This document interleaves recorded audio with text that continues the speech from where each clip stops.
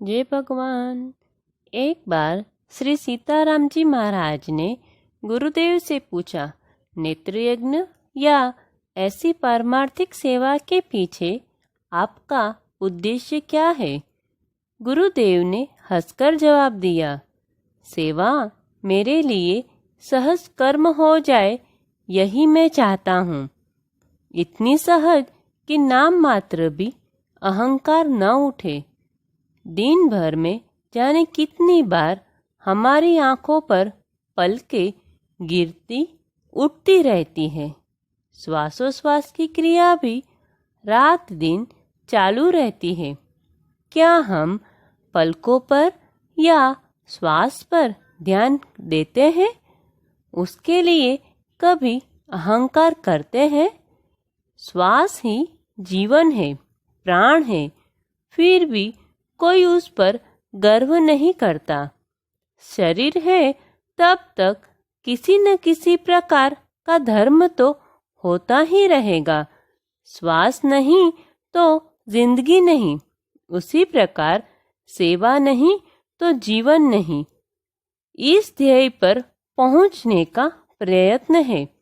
मेरी समझ में नेत्र यज्ञ की सेवा इसके लिए उत्तम है, क्योंकि जहाँ कैंप लगता है वहाँ पर हम लोगों को शायद ही दूसरी बार जाने का मौका मिलता है। जिनका ऑपरेशन हुआ हो उन लोगों को जिंदगी में फिर कभी भी हम नहीं देख पाते। इससे उपकार की स्मृति और कर्म का अहंकार चित्त पर से हट जाता है। चित्त शुद्धि में यह बात बहुत महत्व की है। ऐसी मानव सेवा से मनुष्य में आत्मसमर्पण की भावना प्रकट होती है। गुरुदेव स्वच्छता के बहुत आग्रही थे और अगर कभी जरूरत पड़े तो गुरुदेव स्वयं भी सफाई करते थे। एक बार मुसाफरी दौरान ड्राइवर ने 2 दिन तक गाड़ी नहीं धोई थी, इसलिए तीसरे दिन जब रास्ते में नदी आई तो ड्राइवर और ठाकुर भाई को गुरुदेव ने स्नान करने के लिए भेज दिया। उन लोगों के जाने के बाद गुरुदेव ने स्वयं गाड़ी धो डाली। ठाकुर भाई और ड्राइवर जब स्नान करके वापस लौटे तो साफ सुथरी चमकती गाड़ी देख संकोच में पड़ गए।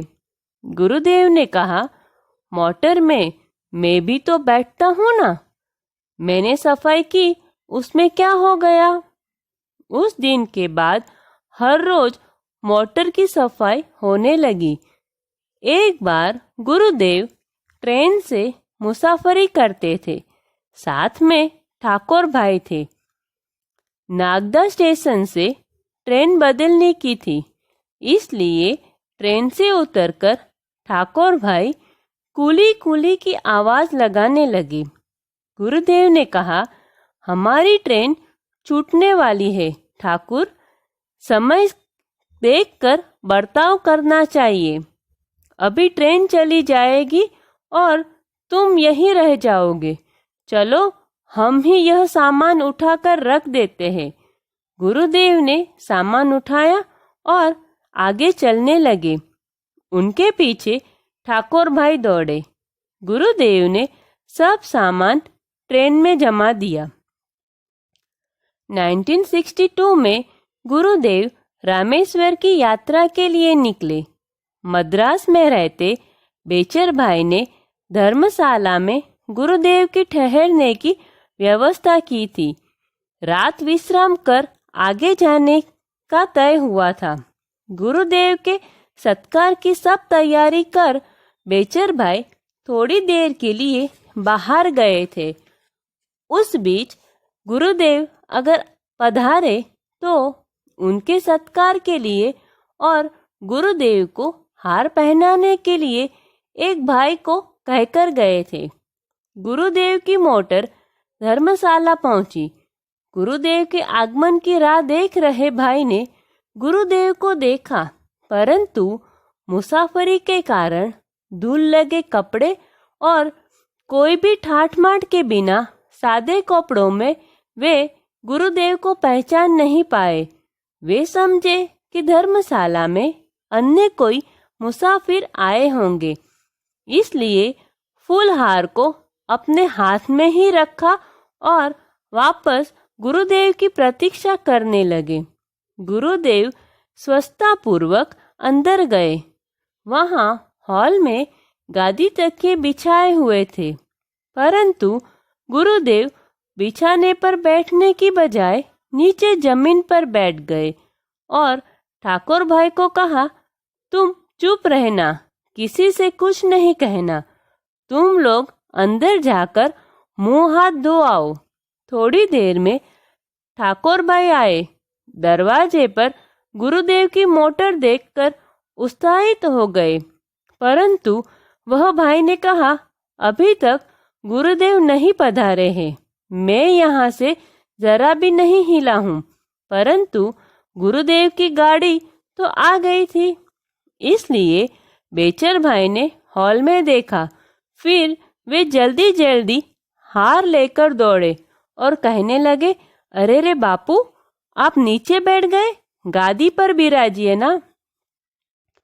गुरुदेव की प्रतीक्षा कर रहे भाई तो देखते ही रह गए कि क्या यही वह महाराज श्री हैं। फिर श्री चरणों में गिरकर खूब माफी मांगने लगे। गुरुदेव सिर्फ मुस्कुराए। सच्ची सत्य की पहचान तो मनोवृत्ति से होती है ना, भगवे वस्त्र, दाढ़ी या ठाठ माठ नहीं। वे कहते हैं ना कि डू नॉट जज बुक बाय इट्स कवर। गुरुदेव कभी भी अपने पहचान नहीं बताते थे। गुरुदेव ने हमेशा कार्य को ही आगे रखा और हमें अच्छे कर्म करना सिखाया। श्री राम स्वरूप सतगुरु भगवान के श्री चरणों में कोटि कोटि वंदन। फिर मिलेंगे अपने अगले वीडियो में। जय भगवान।